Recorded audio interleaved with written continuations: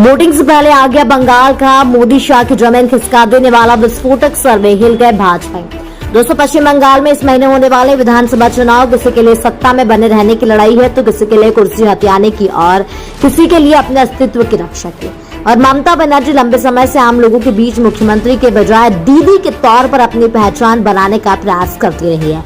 महिला मुख्यमंत्री के तौर पर उनका कार्यकाल जनसंपर्क और बेबाक नेता की छवि ने आम लोगों में उनकी अलग पहचान बनाई है। वहीं दूसरी तरफ बंगाल के किले को भेदने के लिए प्रधानमंत्री मोदी खुद बंगाल के चुनावी रण में उतरे हैं, बैक टू बैक जनसभाएं को संबोधित कर रहे हैं, लेकिन इसके बावजूद भी जनता का मोड़ तो ममता बनर्जी की तरफ ही जाता दिखाई दे रहा है। ऐसा में नहीं बल्कि सर्वे के आंकड़े कह रहे हैं।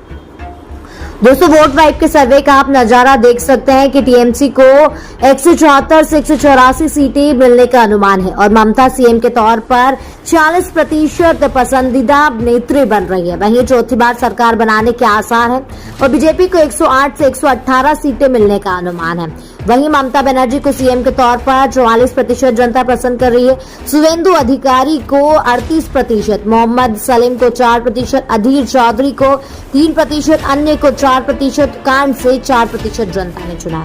यानी कि बंगाल में दोस्तों कुल सीटें 294 है और बहुमत का आंकड़ा 148 है। यानी कि टीएमसी को 184 सीटें आती है तो वो बहुमत का आंकड़ा आसानी से पार कर लेगी। वहीं बीजेपी तो बहुमत का आंकड़ा भी नहीं पार कर पा रही है। तो दरअसल दोस्तों, यहाँ तो इस सर्वे के आंकड़े फिलहाल अब जब 4 मई को नतीजों का पिटारा खुलेगा तो देखना दिलचस्प ये होगा कि ममता बनर्जी के दशकों पुराने किले को भेद पाने में मोदी ब्रिगेड कामयाब होता है या फिर एक बार ममता बनर्जी बंगाल की सत्ता पे फिर से काबिज होती है। आपको क्या लगता है दोस्तों? कमेंट सेक्शन में लिखकर हमें जरूर बताएं।